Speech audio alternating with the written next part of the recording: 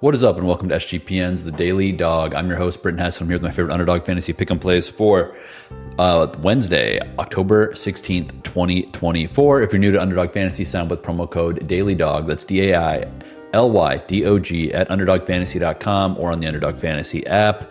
That 50% deposit match bonus is definitely worth your time if you haven't done it yet. You deposit $500, get $250 for free. You deposit $1,000, get $500 for free, with a max of depositing $2,000 and getting $1,000 for free. And also, don't be afraid. If you're new to the app and you don't want to kind of go crazy with the bankroll, put $10 on and get $5 for free. It just really helps your chances of turning a profit when you take advantage of these types of promos. And then also October, Underdog is going crazy with the boosts right now. They're offering 30% profit boosts on all different sports basically every day. It's kind of hard to keep track of. Every time I open the app, there's another opportunity to boost the action. So get on Underdog if you are not there yet. Sign up with the promo code DailyDog, DAILYDOG. That's one word on the app or the website, and get that deposit match bonus.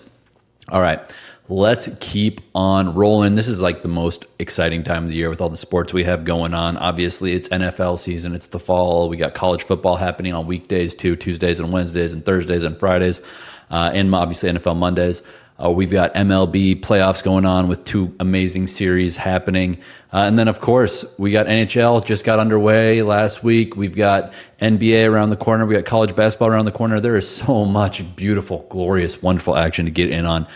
So my head's spinning. I'm trying to come up with the best slips possible every single day and give you as many picks as I can every single day. And today is no different. So let's get right into it.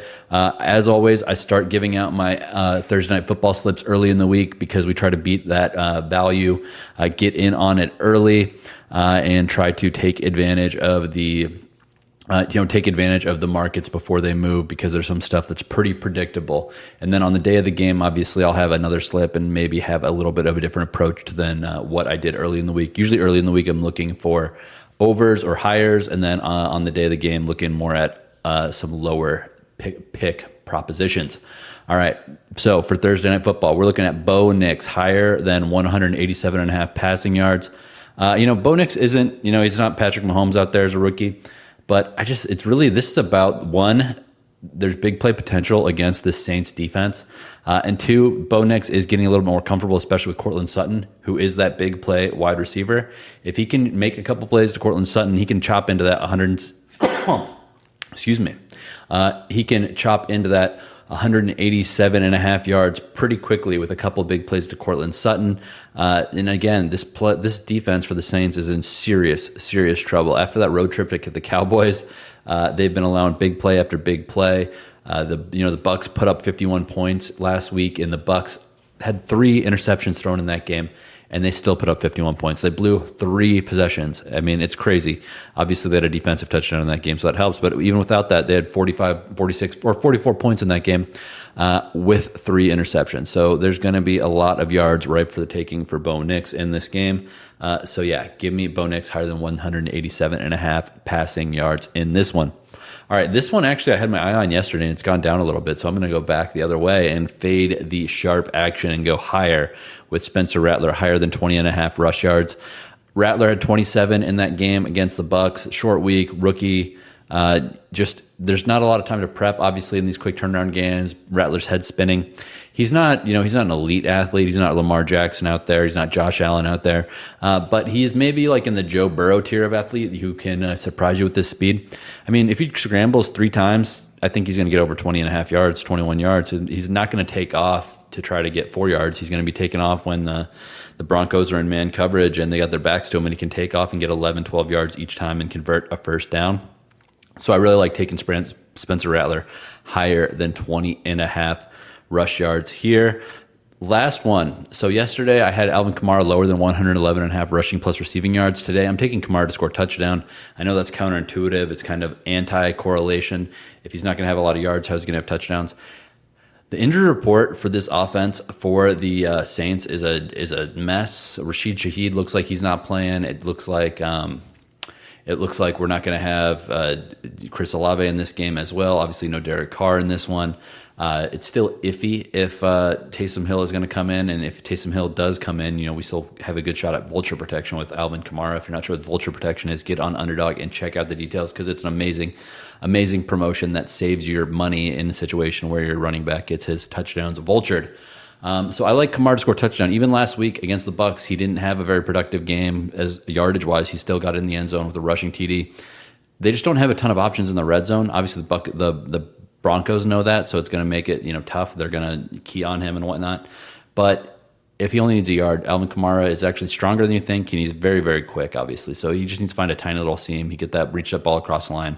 I think there's a good chance that happens because Dennis Allen, he's not the greatest coach in the world, but he's not a total idiot. I don't think he's going to want to put the ball in his rookie quarterback's hands in the red zone if he can avoid it. If they're inside the 5, I think they're going to try to keep it simple with Kamara. So I really love his prospects at scoring a touchdown here.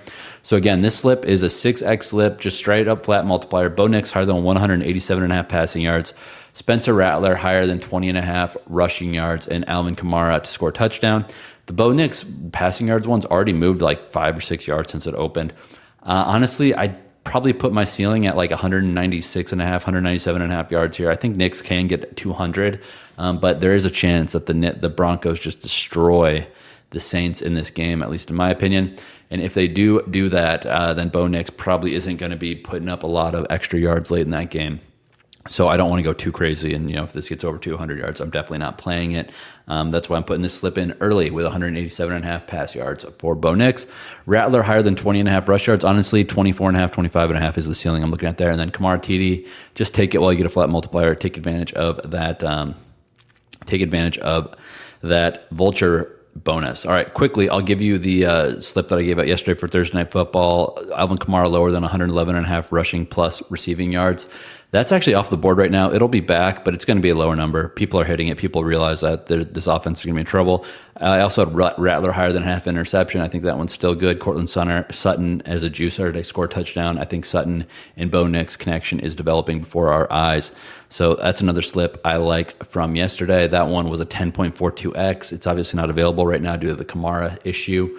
But when it does come back, anything above 7x is probably pretty good on that one. I love all those slips. So 2 Thursday Night Football slips already in the books. All right, I got to go quick. This is a 10-minute show, and we're already almost 8 minutes in. So let's go to my cross-sport special.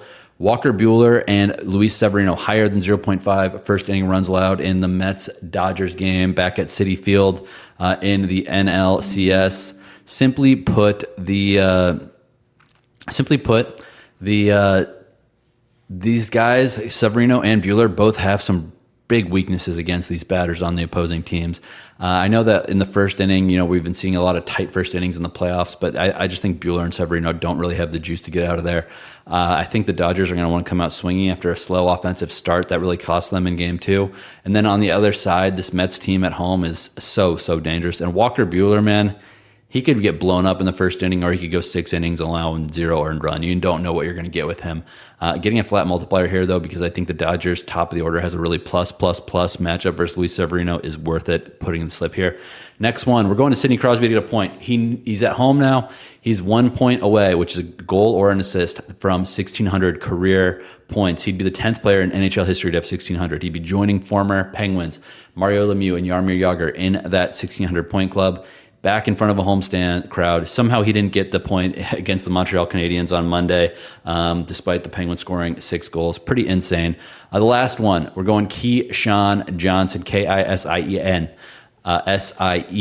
Kisean Johnson, wide receiver for Western Kentucky to score a touchdown versus Sam Houston State. He's the alpha dog wide receiver. He's the dude they try to feed the ball to. So give me Kisean Johnson touchdown here. 5.3x. All right, then we got a full-on just baseball slip right here.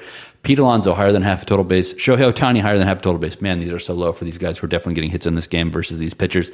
Last one, Mookie Betts higher than 1.5 hits, runs, and RBIs. 3.12x. I know it's not that sexy. It's not that big of a slip. but I think it's definitely still worth playing. I think Pete is going to do good against Walker Buehler. Shohei is going to probably hit a home run versus Luis Severino, let's be honest. And Mookie Betts, again, I think he's going to be back to hot in the playoffs here. So 3.12x, obviously it's correlated, so you got a little bit of a reduced payout there. But that is what I'm going with. Feel free to get in on all this action. Have a great Wednesday, and let's make some money.